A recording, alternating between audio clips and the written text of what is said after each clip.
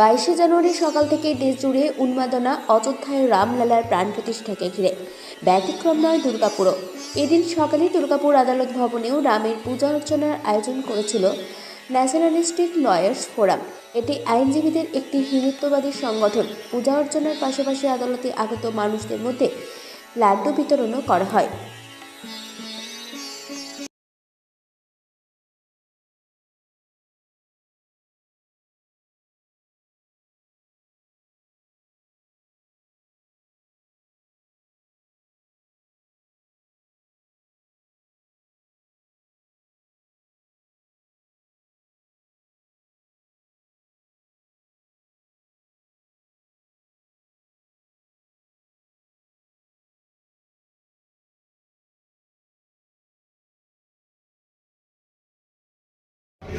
আমাদের এখানে একটা সংগঠন আছে, সেটা হচ্ছে ন্যাশনালিস্টিক লয়ার্স ফোরাম।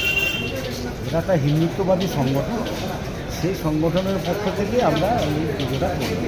মানে আজকে তো দেশ জুড়েই মহাসমারোহ হচ্ছে, সঙ্গে সঙ্গে তার সঙ্গে ক্ষমতা রেখে আমরা দুর্গাপুর কোর্টের যারা আইনজীবী, ল ক্লার্ক এবং আরও যারা শহীদ আছেন সকলে মিলে আমরা এটা একটা উদ্যোগ নিয়েছিলাম। সেই উদ্যোগটাকে নিয়ে আজকে সফল করলাম এবং বেশ উদ্দীপনার সঙ্গে আমরা এটাকে পালন করলাম। লাড্ডু বিতরণ করলাম, কয়েক হাজার লাড্ডু এখানে বিতরিত হয়েছে। সমস্ত মানুষই এনে দিয়েছে, আমরা এখান থেকে কিছু নিই, তারাই এনেছে, তারাই বিতরণ করেছে। এটা খুব আনন্দের বিষয় হলো আজকে যে সারা ভারতবর্ষের সমস্ত হিন্দু অস্মিতার সঙ্গে আমরা দুর্গাপুর কোর্টের যারা আইনজীবী আমরা এটার সঙ্গে যুক্ত হতে পারি। আমাদের নিজেদেরকেও খুব ভালো লাগছে। কী নাম আপনার? আমার নাম হচ্ছে অসিত কোলে। আমি হচ্ছে এই সংগঠনটার এখানকার আমি কনভেনর।